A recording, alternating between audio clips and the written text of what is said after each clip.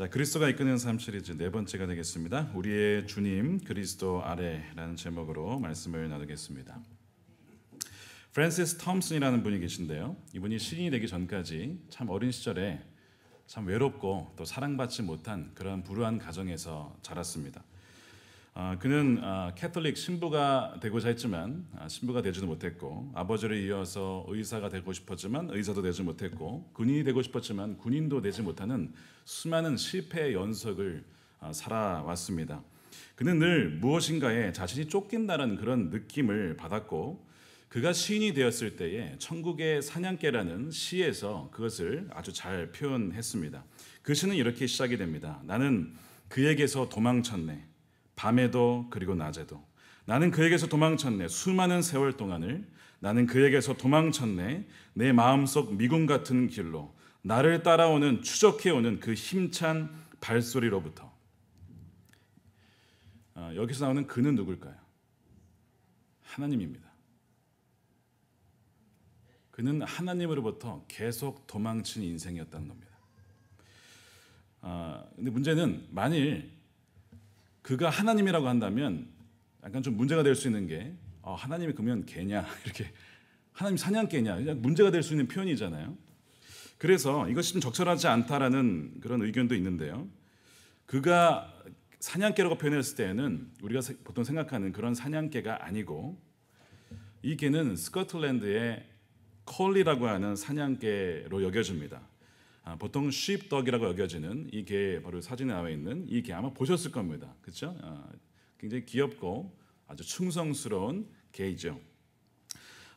이 개는 잃어버린 양을 찾아다니는 양치기 개입니다.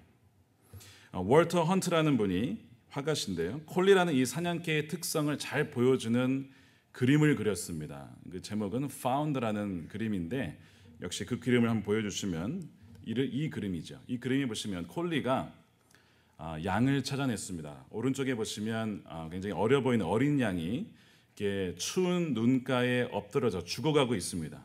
그리고 왼쪽에 보시면 까마귀 5마리가 그 양이 죽어가기를 기다리고 있고, 그 가운데에 콜리가 그 양을 발견해서 마치 주인에게 이렇게 부르짖는 듯한 그런 모습을 하고 있죠. 이것이 월터 헌트가 그린 파운드라는 그림입니다. 콜리라는 이 사냥개, 즉 양치기개의 특성을 보여주는 너무나 영감 있는 그림이죠. 제가 이 그림을 알고 나서 이 그림을 좀 오더를 해가지고 제 방에 좀 걸어놓으려고 합니다. 볼 때마다 콜리와 같이 이런 양을 기억하고 찾아가기를 원하는 마음이 제 안에 있습니다. 천국의 사냥개라는 시에서 보게 되면 저 어린 양이 왜 저렇게 되었을까라고 생각해 본다면, 저 어린 양은 목자의 손길을 스스로 벗어나 다른 길로 간 것이죠. 그 양은 의도적으로 목자를 피해서 달아난 겁니다. 그에게서 도망쳐서 목자의 리더십 아래 있기보다는 자신이 스스로 살 길을 찾아다니는 것이 더 나은 선택이라고 여겼기 때문에 빠져나간 것입니다. 아마 이 자리에도 그런 분이 계실지도 모르겠습니다. 천국의 사냥개로부터 쫓김을 당하는 분들 말입니다. 톰슨의 시 뒷부분에 이런 표현이 나옵니다. 나를 추적해오는 그 힘찬 발소리, 그러나 서두르지 않고 흐트러지지 않는 걸음걸이, 일부러 속도를 내며 장엄한 긴박함으로 두드린다. 여러분들 중에 혹시 누군가가 나를 쫓아온다라는 느낌을 받으신 분 계십니까? 하나님을 내가 믿지는 않는데, 그런데 하나님을 완전히 버리기에는 뭔가가 꺼리낀 겁니다. 뭔가 내 안에 내키지가 않는 거예요. 분명히 나는 하나님 믿지 않는데 완전 버릴 수도 없는 그 거리끼는 그 뭔가가 있습니다. 그것이 바로 천국의 사냥개 때문에 그렇습니다. 여러분들을 쫓아오고 있는 거예요. 뭔가 나를 포기하지 않고 쫓아오는 무엇인가가 있다는 것이죠. 만약에 그런 느낌이 여러분들에게 드신다면 여러분, 그것은 굉장히 기쁜 일입니다. 만약 콜리가 양 쫓기를 포기했다면 어떻게 됐을까? 저 양은 분명 까마귀에게 먹혀서 죽었을 겁니다. 까마귀에게 먹혀 죽기 전에 그 추운 겨울에 눈 속에서 아마 얼어 죽었겠죠. 그렇기 때문에 누군가가 쫓아온다는 것은 한편으로 보면 그것은 굉장히 생명과 같은 참으로 기쁜 일이 분명합니다. 지금 그 양은 죽느냐 사느냐 시간 문제일 뿐이에요. 마찬가지로 하나님을 떠나서 내가 내 힘으로 살겠다고 하는 분들은 시간 문제입니다. 죽기는 이제는 얼마 남지 않았어요. 그렇기 때문에 콜리가 쫓아온다는 것은 하나님이 여러분을 포기하지 않았다는 뜻이고 여러분들에게 생명의 기회가 남아있다는 기쁜 소식이 분명합니다. 사람들이 왜 하나님을 믿지 않을까요? 믿어지지 않아서 믿지 않는 것도 있지만 오늘 주제로 설명한다면 사람은요 누군가의 권위 아래로 들어가는 것을 별로 좋아하지 않습니다. 물론 좋아하는 분들도 있지만 본능적으로 누군가의 아래에 들어간다는 것을 좋아하지 않아요. 소위 말해 갑이 되고 싶어하지 을이 되고 싶어하는 사람은 별로 없다는 것입니다. 을이 되면 소위 갑의 권위 아래에 들어가게 되면 자유가 없어지고 선택의 제한이 온다라고 그렇게 생각을 합니다. 실제로 악덕 업주들이 참 많이 있어요. 고용주가 직원을 채용해서 일을 시켰으면 월급을 줘야 되지 않습니까? 근데 일을 그렇게 시켜놓고선 월급을 주지 않는 겁니다. 특별히 이민사회에 그런 일들이 비일비재합니다. 특별히 신분 문제 때문에 그 신분의 약점을 이용해서 일을 시켜놓고 월급을 주지 않는다거나 아니면 굉장히 적은 월급을 주는 그런 일들이 너무나 많이 있습니다. 한국의 80년대 그 시절을 지내신 분들은 아마 여기 많이 계실 거예요. 그때 특별히 대학을 다니신 분들은 아마 민주화 운동을 하시면서 이런 생각을 가질 수도 있습니다. 권위에 대해서 좀 부정적인 생각을 갖는 겁니다. 독재라는 어떤 그 인식 때문에 부정적인 권위하면 싫어 그렇게 생각을 가질 수 있습니다. 왜냐하면 그 시절이 그랬기 때문에 그렇죠. 권위자는 곧 독재라는 인식이 은연중에 있을 수 있습니다.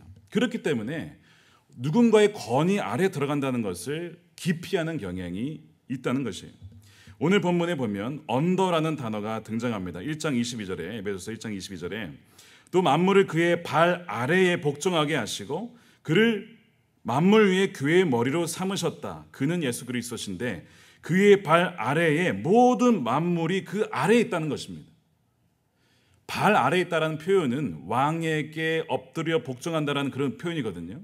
그러니까 모든 만물에 사람을 포함한 모든 우주 만물이 예수 그리스도 앞에 그 under his feet 그의 발 아래에 엎드리도록 하나님이 본래 창조하신 질서의 모양이라는 거예요. 순서가 예수 그리스도와 그다음에 그 밑에 인간이 있는 것인데 인간은 계속해서 그 아래에 있기를 거절하고 거부하기 때문에 문제가 발생한다는 것이죠. 그러나 그리스도 권위 아래에 있을 때에 사람은 행복할 수 있습니다. 참된 자유를 누릴 수가 있게 됩니다. 그 권위를 떠나서는 결코 참된 안식이 있을 수가 없다는 거예요. 예수님께서 사람들이 자신의 권위 아래 살지 않고 자기 스스로의 힘으로 살아가려고 하는 이들을 향하여서 이렇게 얘기를 했습니다. 그렇게 살아가는 이들을 향하여서 예수님의 표현이 이래요. 수고하고 무거운 짐진 자들아 이렇게 표현했습니다. 너의 그 인생의 짐을 다 스스로 자기가 다 지고 가려고 하는 그 모습을 표현한 것이죠. 너희들이 그 짐을 지다가 계속 갈 수 있겠느냐? 언젠가 그 짐에 눌려서 죽고 말 것이야. 수고하고 무거운 짐진 자들이라고 얘기를 했어요. 어제 부부학교에서 다룬 주제가 스트레스입니다. 각각의 배우자가 받는 가장 very often, sometimes 받는 스트레스가 요인이 무엇인지가 보고서에 나와 있어요. 남편은 무슨 스트레스 받고 아내는 무슨 스트레스 받는지. 남편의 경우에는 대개 받는 스트레스가 잡에서 옵니다. 잡. 직장에서 받는 스트레스죠. 주어진 프로젝트를 해내야 되고 평가를 받아야 되고 진급을 해야 되고 직장 상사로부터 또한 받는 스트레스. 무엇보다 레이오프에 대한 두려움, 재정 안정성에 대한 스트레스, 충분치 못한 월급으로 인한 스트레스. 설령 본인이 갑이라 할지라도 또한 갑이면 그 갑의 위치에서 오는 또 스트레스가 있어요. 이것을 경영을 어떻게 해내야 될까? 그런 짐들이 사람들에게 다 있다는 것입니다. 주로 아내들은요. 물론 직장생활 하시는 분 똑같이 그런 스트레스가 있겠지만 주로 육아 스트레스, 건강에 대한 스트레스가 주된 요인입니다. 많은 인생의 짐들을 우리가 어깨에 짊어지고 살아갑니다. 정말 예수님 말씀대로 너무나 많은 짐들에 눌려 있어요. 그런데 그렇게 짐지며 살아가는 자들을 향하여서 예수님이 어떻게 하시냐면 초청을 하십니다. 수고하고 무거운 짐진 자들아 다 누구에게 오라고요? 내게로 오라. 그래서 마태복음 11장 28절에 내가 너희를 쉬게 하리라. 그 모든 무거운 짐들을 내게 맡기면 너희는 쉼을 얻을 수 있다라고 제안을 하시는 거예요. 예수님께서 짐을 대신 지실 것인데 예수님이 지시는 그 짐, 그 멍에는 뭐라고 하시냐면 쉽고 가볍다라고 얘기하십니다. 그래서 29절에 보십시오. 한번 같이 읽겠습니다. 나는 마음이 온유하고 겸손하니 나의 멍에를 메고 내게 배우라. 그리하면 너희 마음이 쉼을 얻으리니 이는 내 멍에는 쉽고 내 짐은 가벼움이라 하시니라. 너희 짐을 내게 맡기면 내가 지는 멍에와 짐은 나는 쉽게 줄 수 있다. 그것은 가볍다. 그러니 내게 와서 나의 멍에를 메라는 거예요. 자, 여기 주목해야 될 것 두 가지가 있어요. 하나는 우리는 나의 멍에가 아니라 주님의 멍에를 메야 됩니다. 여기 보면 주님의 멍에를 메라 그랬죠. 나의 멍에를 메는 것은, 내 자신의 멍에를 맨다는 것은 내가 스스로 내 인생의 모든 것을 다 책임지려고 하는 자세를 말하는 겁니다. 그런데 주님은 그것을 나에게 맡기고 나에게 주어진 멍에를 메면 그것은 쉬워질 거야 라고 얘기를 하시는 거예요. 그래서 주님의 멍에를 메야 되는 것이 중요한 부분인데, 이것이 무슨 의미냐면 주님의 권위 아래로 들어가는 것입니다.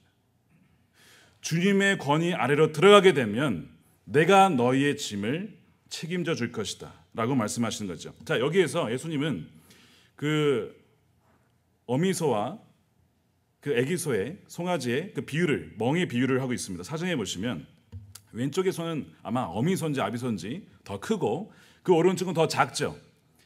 멍에를 올려놓으면 당연히 큰 소에게 더 많은 무게가 놓여져 있습니다. 그 옆에 있는 작은 소는 그냥 많은 부분들이 이미 어미소든 아비소든 눌려져 있기 때문에 굉장히 살짝 걸치기만 해도 괜찮다라는 것이죠. 주님이 지시는 짐은 가볍다는 거예요. 너는 그냥 내 멍에 걸치기만 하면 돼. 내가 가는 대로, 내가 방향을 이끌고 내가 끌어가는 대로 너는 그냥 같이 나와 함께 밟아가면 너의 짐은 쉽고 가벼워질 거라고 주님이 말씀을 하시는 겁니다. 이것은 비유죠. 그래서 우리가 이 말씀을 보면 예수님께서 인생의 짐들을 다 지시는데 그분의 권위 아래로 들어가서 저렇게 그분의 말씀에 따라 순종하게 되면, 그러면 하나님이, 주님께서 어떻게 해주신다는 거냐면 우리 인생을 책임져 주실 것이다. 너를 보호해 줄 것이다. 너의 필요한 것을 공급해 주실 것이다. 너의 길을 인도할 것이다 라고 주님이 약속해 주시는 겁니다. 믿으십니까? 이것이 under his feet, under 그의 Christ, 그 주님 안에, 그리스도 안에 들어가는 것입니다. 그래서 예수 그리스도가 나의 주님이십니다, 나의 마스터이심을 인정하고 고백할 때에 우리의 인생의 짐들은 가벼워지고 참된 안식을 얻게 될 것입니다. 그 다음에 우리가 주목해야 될 것은 두 번째, 아까 이 말씀 동일한데요, 그분으로부터 배워야 한다고 말씀합니다. 나의 멍에를 메고 내게 배워야 한다. 그분이 어디를 가시는지 그 말씀을 듣는 법을 배워야 됩니다. 주님의 뜻이 어디 있는지 그 마음이 무엇인지를 배워야 됩니다. 말씀을 따라 순종하는 법을 배워야 됩니다. 그러려면 그 조건이 있어요. 그 앞에 나는 온유하고 겸손하니. 여러분, 배움에 있어서 겸손 너무나 중요합니다. 교만한 사람은 결코 배울 수가 없어요. 겸손한 사람만이 배울 수가 있습니다. 겸손한 사람만이 그분의 권위 아래 들어가는 거예요. 온유한 사람이 배울 수 있습니다. 성질이 급하거나 인내하지 못하면 그 배움에 이를 수가 없습니다. 온유와 겸손이 주님과 함께 배울 수 있는 중요한 성품이에요.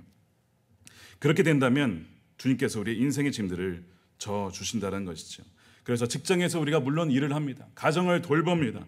그런 멍에가 있어요. 그러나 그 짐은 쉽고 가벼워질 것입니다. 왜냐하면 그분의 권위 아래 우리가 살아가기 때문에, 그분이 내 인생의 소위 갑으로서 나를 보호해 주시고 지켜주시기 때문에 그렇습니다.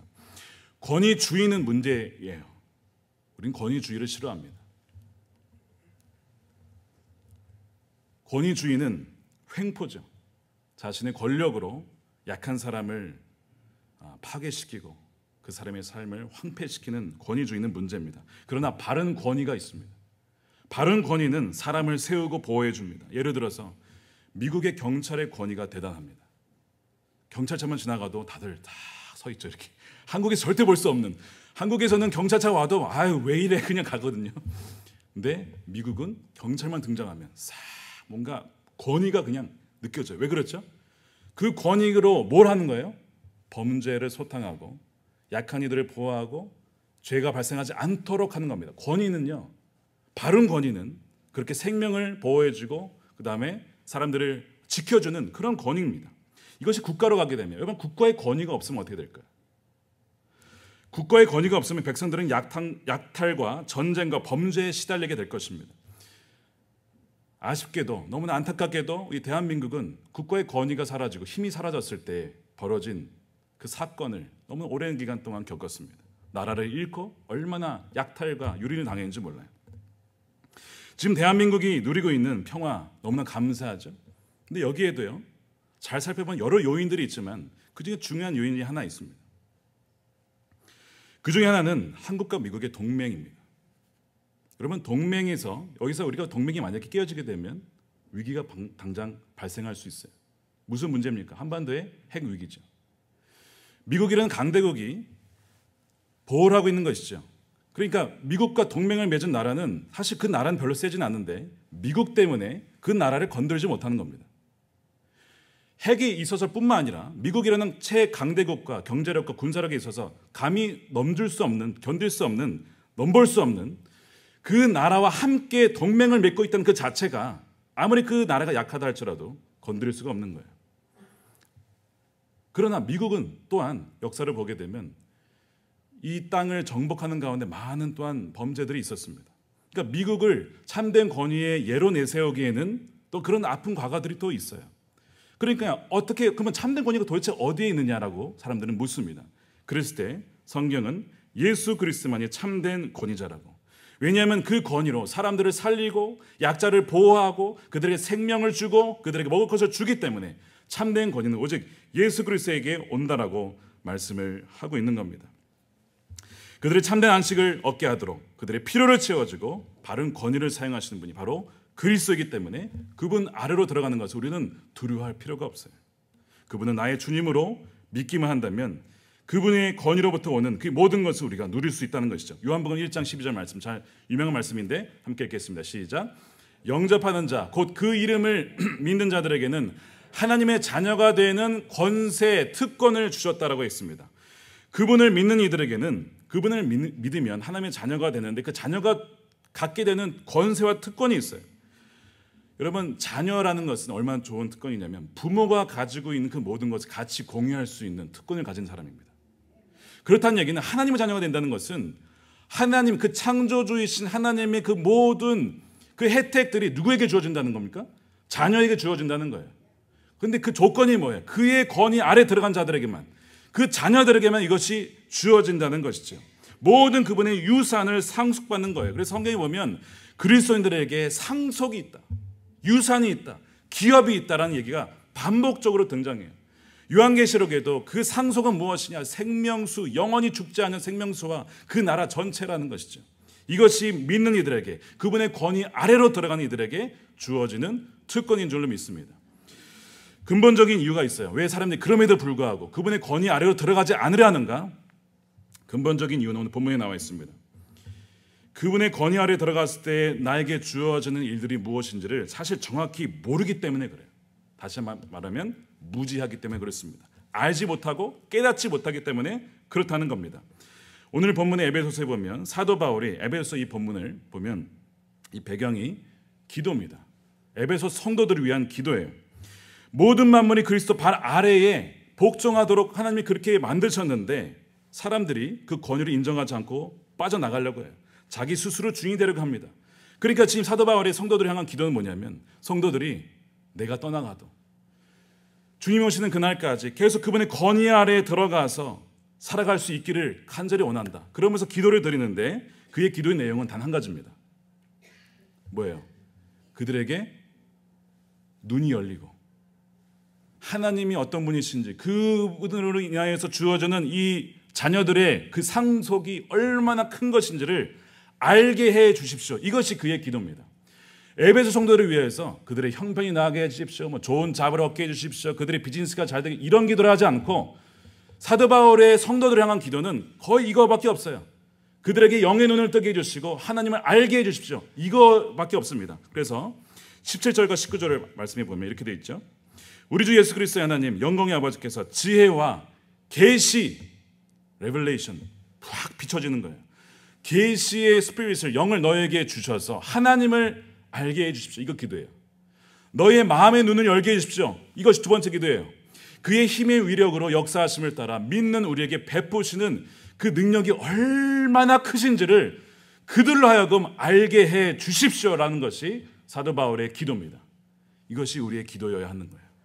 우리 자신을 위한 기도이기도 하고 우리 가정을 위한 기도이기도 하고 성도들을 위한 기도이기도 하고 믿지 않는 자들을 위한 기도여야 합니다. 특별히 예수님을 믿는다고 하지만 주님의 말씀에 순종하지 아니하고 내 멋대로 살아가는 성도들이 있을 수 있습니다. 종교 영역에 있어서는 내가 어느 정도 따라가겠지만 그 외의 영역은 내 마음대로 하겠다는 거죠. 그것은 주님의 권위 아래 들어간 것이 아닙니다. 주님의 권위 안에 들어가게 되면 내 삶의 모든 면을 주님께 다 드리겠다는 거예요. 결정권은 그분께 드리겠다는 거예요. 내가 마음대로 결정하지 않고 그분이 오케이 할 때까지는 나는 하지 않겠다는 것입니다. 그렇기 때문에 이 기도는 믿는 분들과 믿지 않는 분들 모두에게 반드시 필요한 기도입니다. 우리 주님을 알기를 원합니다.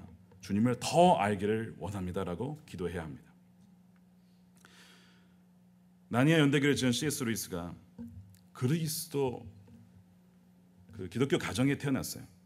근데 그가 기독교는 가짜다. 그래서 믿음을 버렸습니다. 오랜 시간 동안 무신론자로 살아가요. 무신론자가 그냥 무신론자가 아니고 옥스퍼드에서 배운 그 스승이 무신론자 중에 대가셔서 그 논쟁의 기술이 대단하신 분이었어요. 그분으로부터 그 모든 논쟁의 무신론자들의 논쟁의 기술을 다 습득한 사람이 C.S. 루이스예요. 그 정도로 무신론자 중에서도 무신론자였습니다.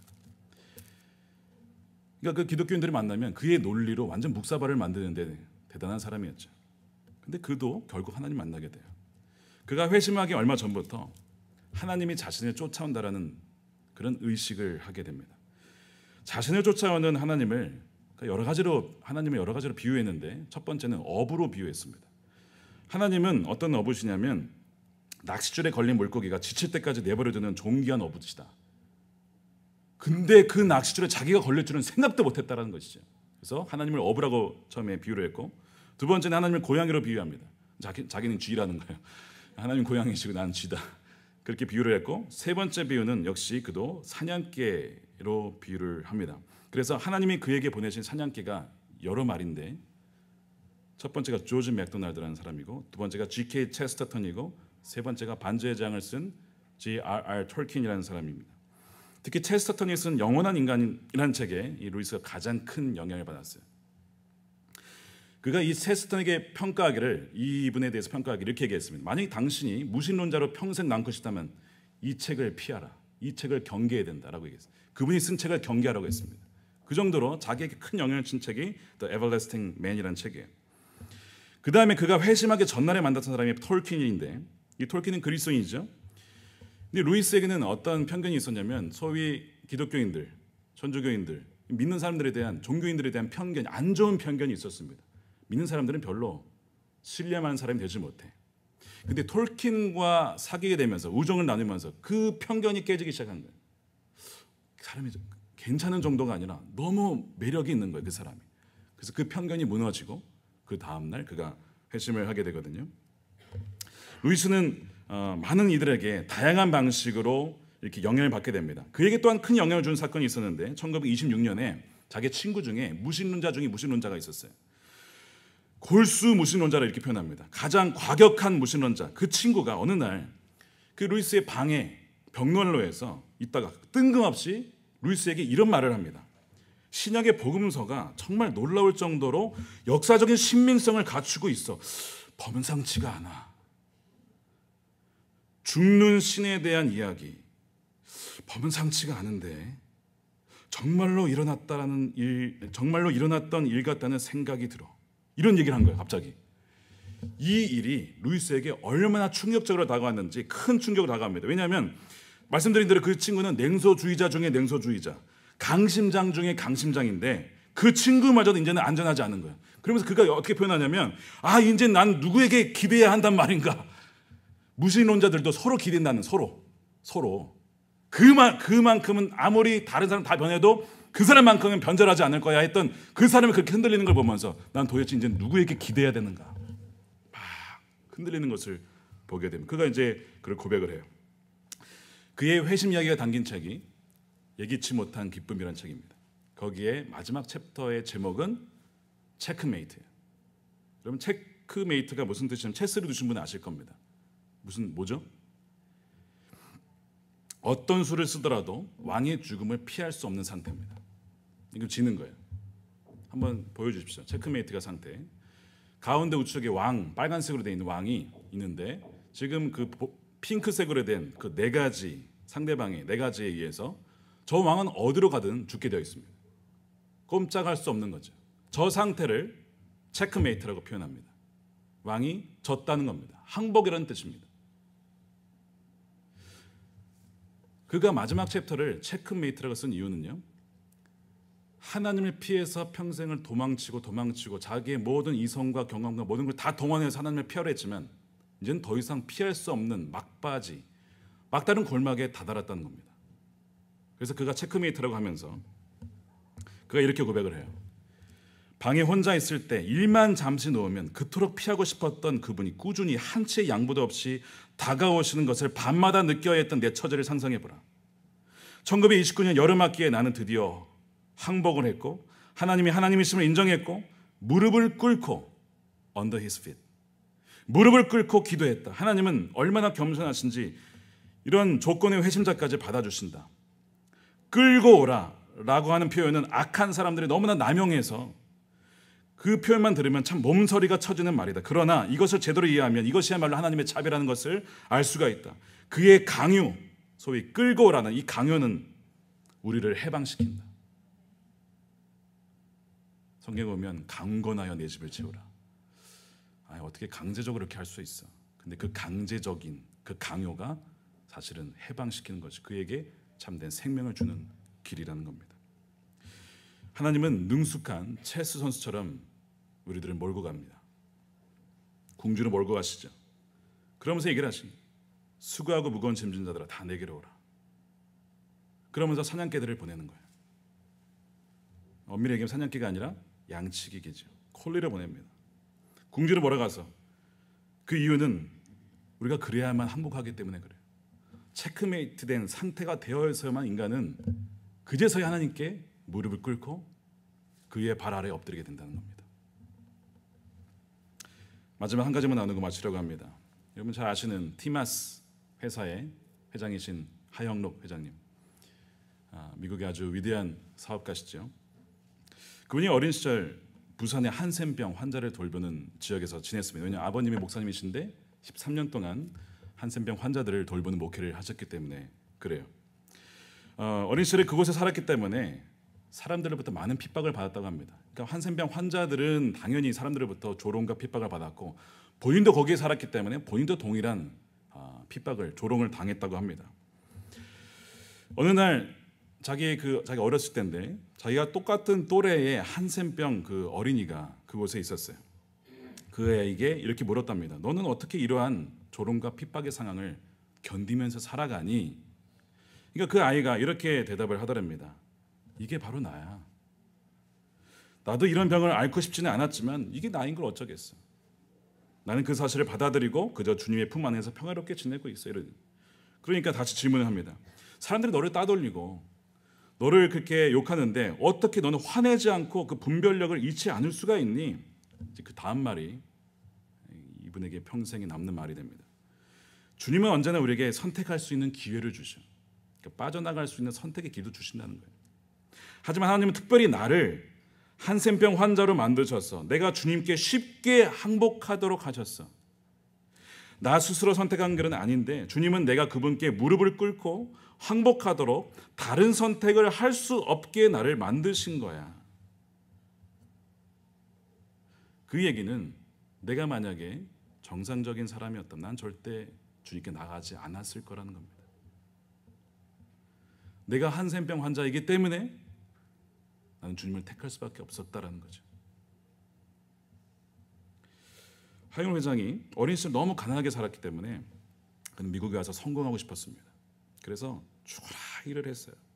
굉장한 재능이 있었습니다. 20대에 큰 그 주차 빌딩을 짓는 회사의 이사가 됩니다. 그 당시에 40대, 50대, 60대가 주로 이사인 그 상황에서 20대 이사는 그 사람이 처음이었어요.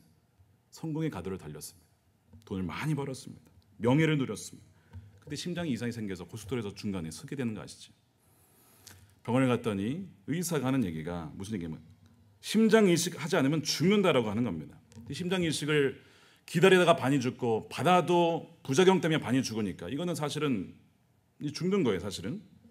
그런데 더 놀라운 게 뭐냐면 심장 이식을 받아야 된다라고 하는 그 의사의 말에도 이 하영록 그 당시에 무슨 생각을 했냐고 하냐면 상황이 이 정도로 절박한데도 자신이 주님께 항복할 준비가 전혀 안 돼 있더라는 겁니다.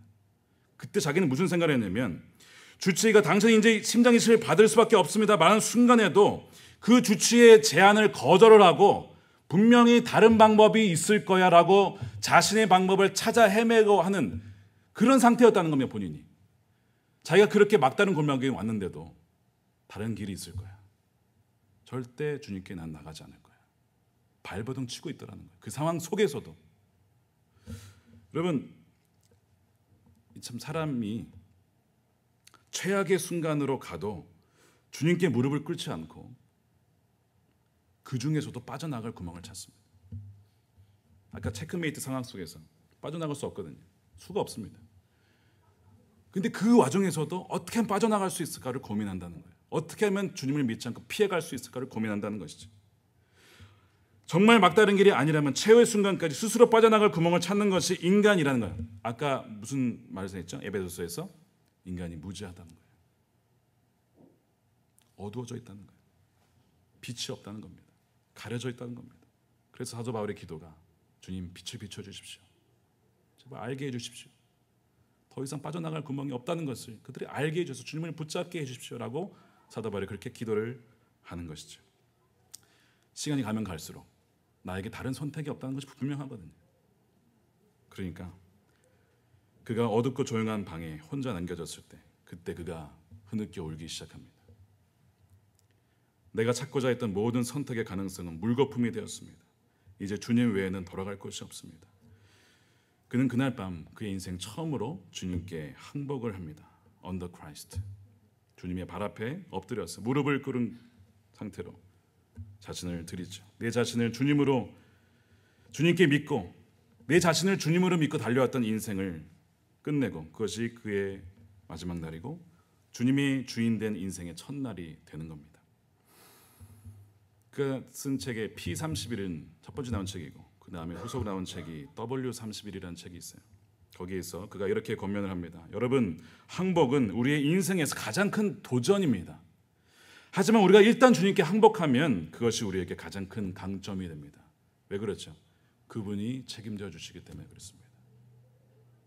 주님의 것이 우리의 것이 되고 주님의 생명이 우리의 생명이 되고 주님의 유업이 우리의 유업이 되는 거예요. 여러분, 그분께 여러분의 인생을 드리십시오. 무거운 짐을 혼자 지지 마시고 주님께 다 드리시기 바랍니다. 그분의 멍에는 어떻다고요? 가볍고 쉽다. 주님이 보내신 사냥개 콜리가 여러분들에게 다가오고 있습니다. 추운 눈밭에서 외로이 살려고 버티는 그 양과 같은 여러분들의 처지를 한번 생각해 보십시오. 그 5마리 까마귀가 언제 죽나 기다리는 그 양이 혹시 여러분은 아닌지. 사람이 죽는 것은 시간 문제입니다. 그러나 하나님은 여러분 포기하지 않으십니다. 콜리를 보내십니다. 그에 의해서 발견되는 것, found, 그것이 은혜인 거죠. 오늘 그분의 포기하지 않고 끈질긴 추적으로 인해서 모두가 주님에 의해서 발견되어지고 그분의 주권 아래, 그분의 보호하심 가운데, 다스림 가운데 살아갈 수 있는 그 은총이 있기를, 저와 여러분들에게 있기를 주님의 이름으로 축원합니다. 기도하겠습니다.